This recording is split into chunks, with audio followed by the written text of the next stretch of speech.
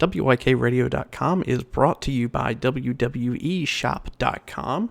We are a proud affiliate of WWE Shop.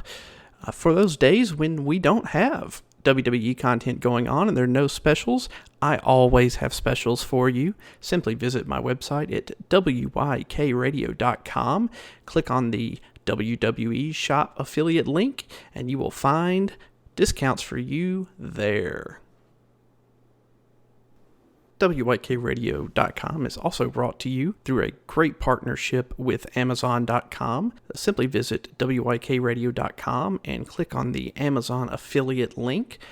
Before you make any purchases through Amazon, it will simply give us a small fee for encouraging you to use Amazon.com for all your purchasing needs. Your price will not increase, but we will get a little fee back. It helps me maintain this programming for you for free. Visit WYKRadio.com's Amazon affiliate link. WYK Radio is also supported by the Squared Circle magazine. TSC magazines are the fastest growing magazines in the modern era of pro wrestling. They serve you with monthly issues which have fresh content only for wrestling addicts like you, right from the ring to your desk. So pre-order a free issue now at magtsc.simplesite.com. That's magtsc.simplesite.com.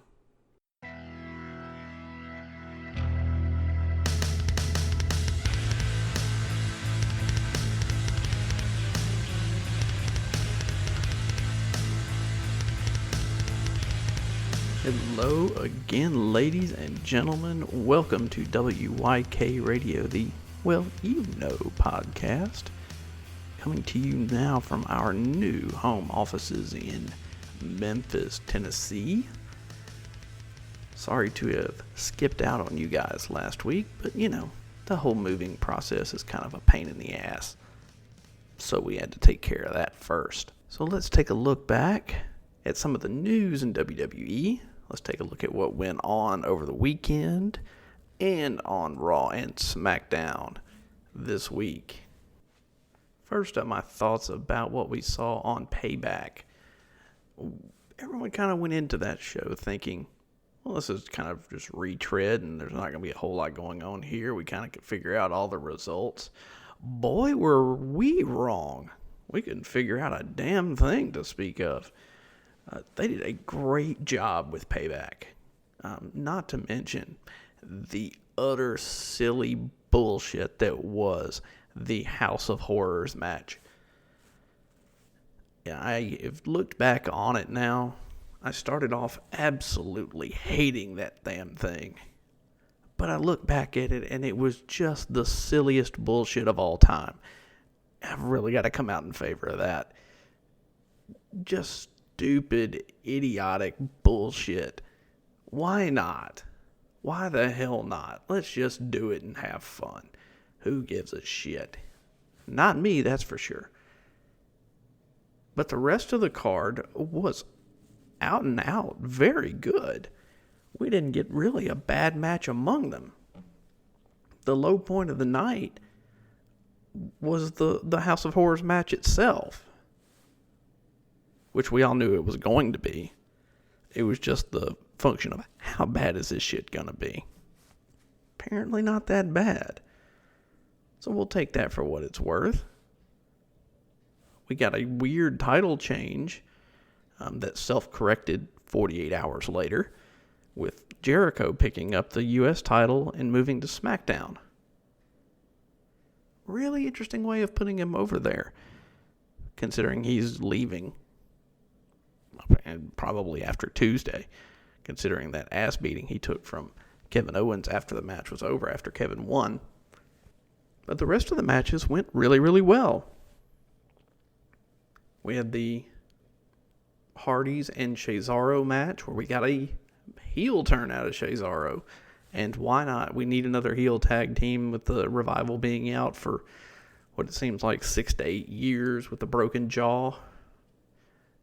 We needed that other team, and really, there's two teams at the top of the Raw tag divisions, and then everybody else is just kind of playing catch up.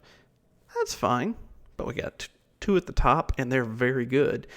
Not to mention that Sheamus is back in the business of hurting people. Holy shit, knock a tooth out, would you? Jeff Hardy had to go to the dentist afterwards because he got his fucking tooth knocked out by a swift kick to the mouth from Sheamus. What a badass. I so appreciate that. That's so much fun. And I also am loving that WWE, even though in the PG era, is not one to want to show blood and all of that, they had no problem going back and showing Hardy's tooth flying out of his head on like 8 different occasions. So good on you. Let's amp up the realism a little bit. That was pretty good. So I'll take it. Pretty outstanding. But all in all, the pay-per-view was great. We got the predictable, unpredictable finish with the women's title, with Bayley losing in her hometown, as has become the norm. You know, the outlier was having Naomi win in her hometown at WrestleMania. That was the outlier. Nothing else it makes any sense. You're going home, you should win. Not in WWE, you're going to lose. We all kind of know that's coming now, and that's fine. We're used to it. We're conditioned to it. We can expect it, so why not? But aside from that, everything else was pretty great. I really enjoyed watching that. What bit of that pay-per-view I got to watch, with the whole having to, set up my whole apartment and unpack boxes and bullshit. But, that comes with the territory. Looking back at the Raw and SmackDown episodes this week, really the news to come out from there, of course, Jericho dropping the U.S. title, but SmackDown, with its lowest viewership of the year thus far, coming in 25% behind Raw. Take Raw minus 25%, there's SmackDown. When SmackDown has been the better show forever. It's definitely turned into the show for the hardcores, which I'm fine with. I love that show. The wrestling on it is so much better overall. It's far less about the entertainment value and far more about actual skill in the ring. It's not going to appeal to as many kids and the casual fan as does Raw. So that, that's fine, but still, that coming in that far behind, that's tough. And it was number 4 on the night on cable, which is very unusual to be dropping that low. Coming in, but when you look what its competition was, it makes some sense why it didn't come in higher. There were 2 NBA playoff games, 2 of them. There's also the NHL playoffs going on. So the sports fans are being pulled in a lot of directions right now. But still, if you're not watching SmackDown and you're a fan of wrestling, there's something wrong with you. Let's just get real. So let's take a gander at what else is going on that's outside the ring. First and foremost, what the fuck is Great Balls of Fire? Who booked that shit? Who decided that was a good idea? I mean, we know the answer. His initials, in no particular order, are V, M, and K. I'll let you sort that one out for yourself. It's Vincent McMahon. What the fuck? That is a goddamn terrible name. And you know it's a goddamn terrible name when Forbes.com says it's a goddamn terrible name. Forbes. I don't know when they do wrestling coverage, but that's a terrible sign. Great Balls of Fire. That's some dog shit. God almighty. But in the true hold my beer and watch this, Anything you can do, I can do far worse. Billy Corgan's just decided to throw money away. Who actually thinks that the NWA name, the brand, has any value at all? Particularly when you strip out the fact that you don't have the on-demand viewing, you don't have the tape libraries, you have no ownership in any of the franchises of NWA, you just have the brand. Unless he got that for like $2,500 and a cup of coffee, that is a shitty deal. I can't think of anybody stupid enough in the business that would take that deal. But along comes Billy Corgan, and he's going to throw money away. I mean, if that's what he wants to do, fine. But you're going to read a lot out there. Well, I'm interested to see what he's going to do. I don't give a shit what he does with it. It's dead. It's been dead since the 80s. It's been dead since before Memphis wrestling died. It's been dead since Houston wrestling died. It's a dead brand. And it's been dead for 30 years. But okay, fine, whatever. If you want to buy it, buy it. Ask me, do I give a shit? No, I don't give a shit. And third on the, how will WWE fuck this up? Of course, we all know now, as of Monday, Adam Cole is a free agent. The Adam Cole who said he would love to go to NXT. The Adam Cole that's been at the top of the card on Ring of Honor and touring in Japan and every major indie show in the U.S. That Adam Cole. Well, here's how they've already fucked it up. It's Wednesday and he's not signed yet. Not a good sign. I'm just going to think they're slow playing it. I firmly believe he's going to end up at WWE. But, you know, they've got, the WWE has been out bullshitted this week with Billy Corgan buying the NWA. And Vince McMahon may say, here, hold my beer. We know the man will drink. Let's just see if he wants to fuck this up even more. Here's hoping he doesn't, though.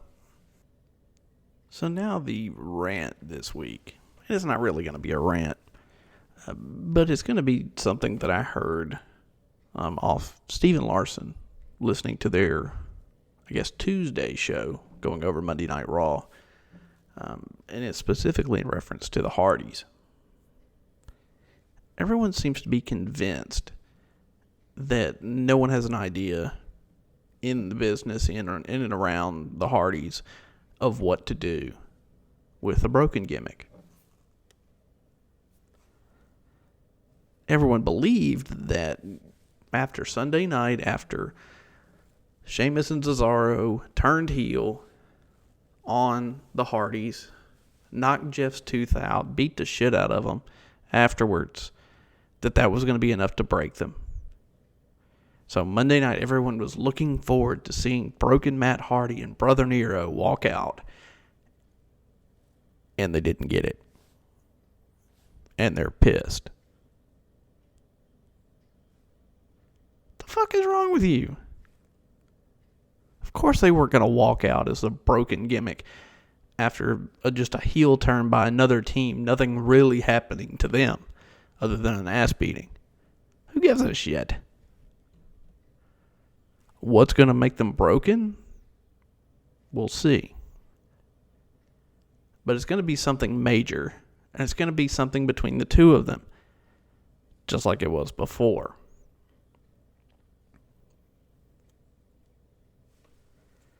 Or it could be something completely different.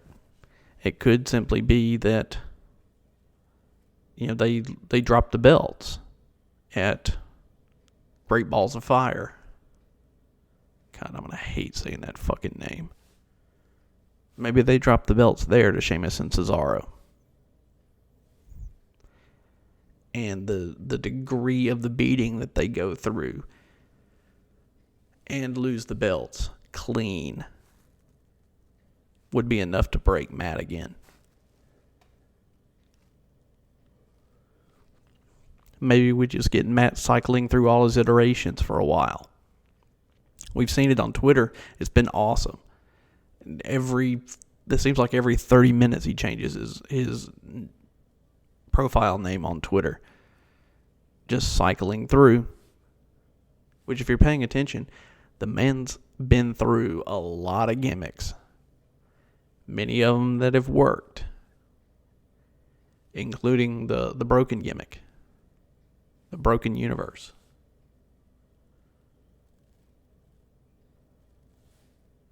This is not going to be something where we get immediately what we want. This is not a situation for immediate payoff. If it's immediate payoff, the candle burns out in like 2 weeks, 3 weeks. Okay, we got a broken gimmick, now what? No. This is a slow play. And it's the right call. Slow play, roll it out. If you want it immediately, fuck you. It's not coming immediately, nor should it. Matt has become a master of understanding who he is, what his gimmick is, and what he's trying to accomplish. It'll roll out when he wants it to roll out, and not a minute sooner. And again, if you have a problem with that, take it up with him. I, for one, don't think you're an asshole for thinking that. But take it up with him. Not going to be my thing. It ain't my money.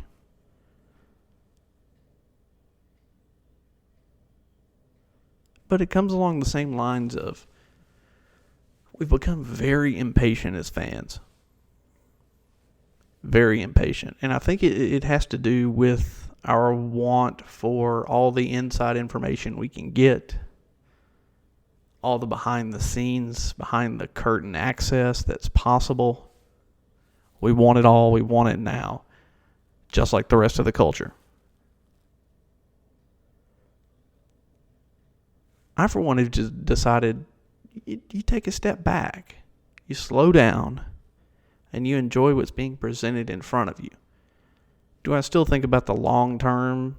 Do I still try to figure out what's going to happen? Yeah, that's what fans have always done. But do I settle on if it doesn't happen, I'm going to be pissed off and that they're doing it wrong? No. Are there some things they're doing wrong? Of course. No shit. But are there things that we don't know how it's going to be rolled out? Think back to, as I've been talking about, Sheamus and Cesaro. A goddamn year ago, Mick Foley puts them in a best-of-7 series, and we all look at each other going, what the fuck is this? Now, they're the number 2 tag team on Raw. Number 3 if you count the Revival, but I think they push on the Revival pretty well. They're very good. They're really good. A Superman and a Warrior. Both amazing athletes that walk into the ring together, much on the same page. It's a beautiful thing. It's a revitalization of their careers. More for Sheamus than Cesaro.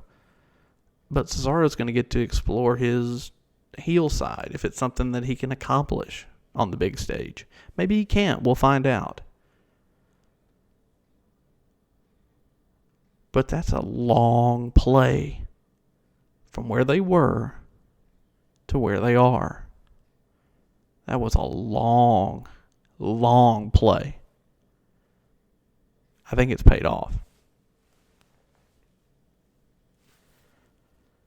So let's just slow our roll, step back, enjoy what's in front of us.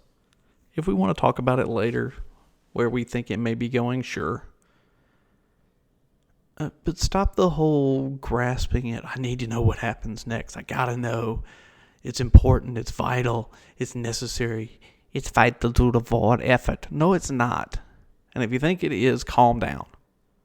Take a deep breath and enjoy what's being presented to you.